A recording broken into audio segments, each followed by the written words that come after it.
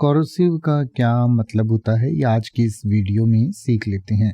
Corrosive का मतलब होता है तीव्र, संक्षारक, नाशक या क्षयकर। यानी कि जैसे लोहा जो होता है उसे अगर हम थोड़ी देर हवा में खुला छोड़ देते हैं और उस पर नमी लगती है तो उस पर जंग लग जाता है।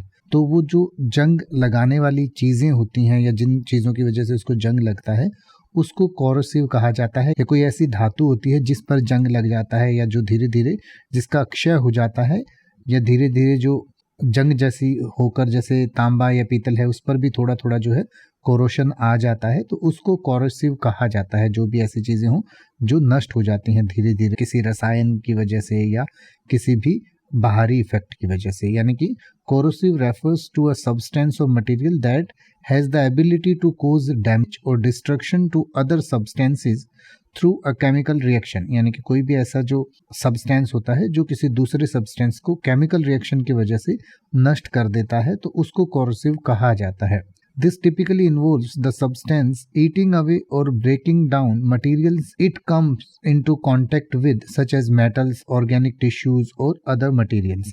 यानी कि ये तो मैंने आपको लोहे का एक उदाहरण दिया है। इस तरीके की जो भी चीज़ें होती हैं जो दूसरी चीज़ों को साथ मिलकर उसको नष्ट कर देती हैं, तो उन चीज़ों को कोरोसिव कहा जाता है। तो जैसे कि अगर आप ये कहना चाहें कि यह रसायन अत्यधिक संक्षारक था जो धातु की सतह को नष्ट कर रहा था, तो आप कह सकते हैं the chemical was highly corrosive eating away the metal surface.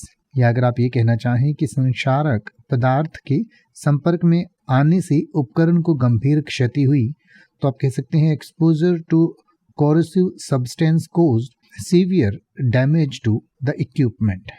अब आप ऐसे ही किसी भी वर्ड का मतलब हिंदी और इंग्लिश में YouTube पर सर्च कर सकते हैं। आपको मेरी वीडियो मिल जाएगी जिसमें आप बिना किसी फालतू बकवास के सीधा उस वर्ड का मतलब समझ पाएंगे।